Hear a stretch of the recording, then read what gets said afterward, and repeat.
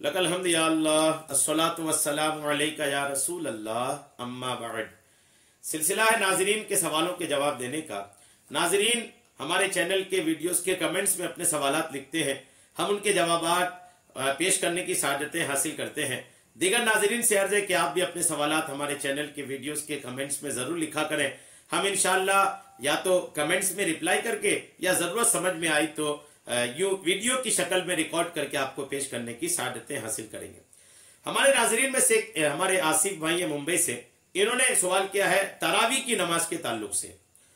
मजमून इन्होंने अपने अंदाज में सवाल लिखा है, मैं सवाल को अपने अंदाज में आपको पेश करता हूं कि सवाल क्या है। इन्होंने सवाल किया कि तरावी की नमाज रमजान में इशा की नमाज के बाद जो खुसूसी नमाज सिर्फ रमजान में अदा की जाती है, तरावी की नमाज, इस तरह पढ़ना कि 30 तरावी 30 मस्जिदों में 30 इमाम के पीछे पढ़ना कैसा है। यानी रोजाना अलग अलग मस्जिद में अलग अलग इमाम के पीछे रमजान में तरावी की नमाज पढ़ना कैसा है, ये इनका सवाल है। मैं इंशाअल्लाह जवाब आपको पेश करता हूं। जाहिर सी बात है इनकी नीयत अच्छी होगी, इनकी नीयत होगी कि 30 दिन 30 मस्जिद में 30 इमाम के पीछे नमाज अदा कर लें तो 30 मस्जिद तरावी के लिए गवाह हो जाएंगे और 30 इमाम के पीछे इक्तिदा करने का और उनके पीछे नमाज पढ़ने का जो मामला है, जो सआदत है, वो भी हासिल हो जाएगी। तो क्या इसकी हकीकत है, ऐसा करना कैसा है, ये मैं सवाल इनका है, मैं जवाब पेश करता हूं।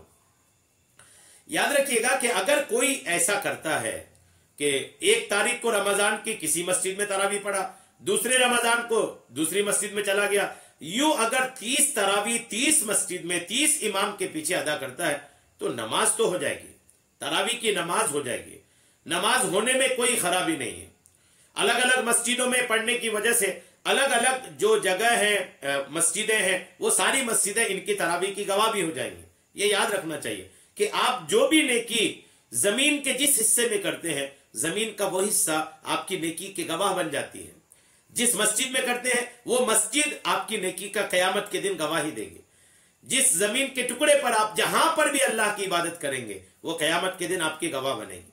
तो ये तो है कि आप कर तो सकते हैं, लेकिन बात यह है कि तरावी रमजान में कुरान पाक को एक खत्म सुनना या एक खत्म तरावी पढ़ना या सुनना, ये कुरान पाक को पूरा पढ़ना या सुनना तरावी में रमजान में ये सुन्नत मुअक्कदा है।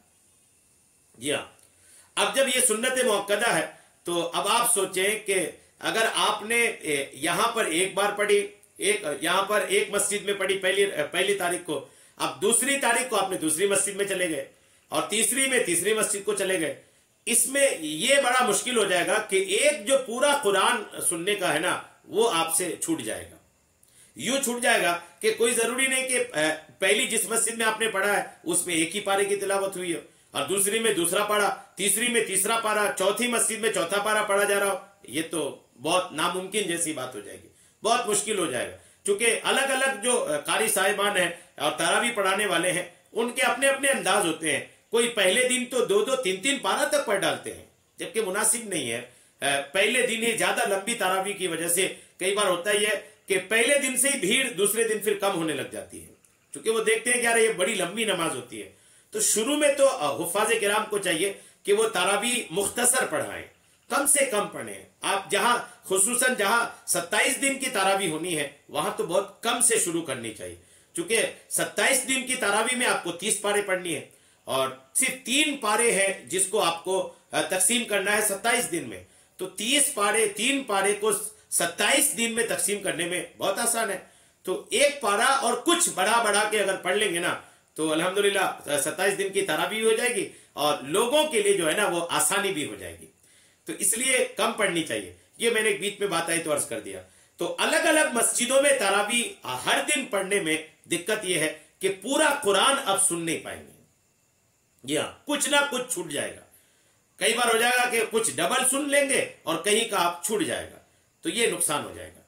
इसलिए आप बेहतर यह है कि एक ही मस्जिद में एक ही इमाम के पीछे, इमाम 2 चलेगा, कई मस्जिदों में 2 इमाम हो जाता है, 2 तरावी सुनाने वाले होते हैं। बेहतर है, मैं तो यही मशवरा दूंगा कि 2 हो तो बेहतर है कि पहले 15 पारा एक हाफिज पीछे सुने, एक पढ़ाएं, फिर दूसरे 15 पारा एक हाफिज पढ़े, दूसरे हाफिज पढ़े, पहले वाले सुने।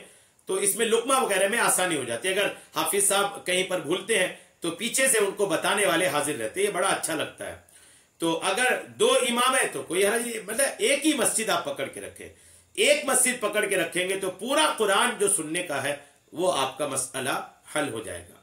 तो एक ही मस्जिद में पढ़े, मशवरा यही है। पूरा कुरान सुनना ये भी अहम है रमजान मुबारक में, तो ये छूट ना जाए इसके लिए आप एक ही मस्जिद में पढ़ें। आपकी नीयत अच्छी होगी कि आप अलग अलग मस्जिदों को अपनी नेकी के गवाह बनाना चाहते हैं, बेहतर है। और दीगर दिन भी आपके लिए रमजान के अलावा आप चाहें तो ये कर सकते हैं कि आप जो अलग अलग मस्जिदों में नमाज पढ़ा करें, अगर वक्त है आपके पास, टाइम है, और अलग अलग मस्जिदों को अपनी नेकी और नमाज का गवाह बनाते रहें। यहां मैं एक बात अर्ज कर दूं कि आप कहीं पर दूसरे इलाके में जाते हैं ना, तो उस इलाके में मस्जिदों में जाके नमाज अदा किया करें। आप जितनी मस्जिदों में ज्यादा नमाज अदा करेंगे वो मस्जिदें आपके लिए गवाह बनती चली जाएंगी। अल्हम्दुलिल्लाह। अल्लाह करीम रमजान हम सबको ईमान और आफियत के साथ अता फरमाए। आने वाले रमजान हम सब के लिए मुबारक बनाए। आमीन। बेजाहिर नबी अमीन सल्लल्लाहु तआला अलैहि वसल्लम।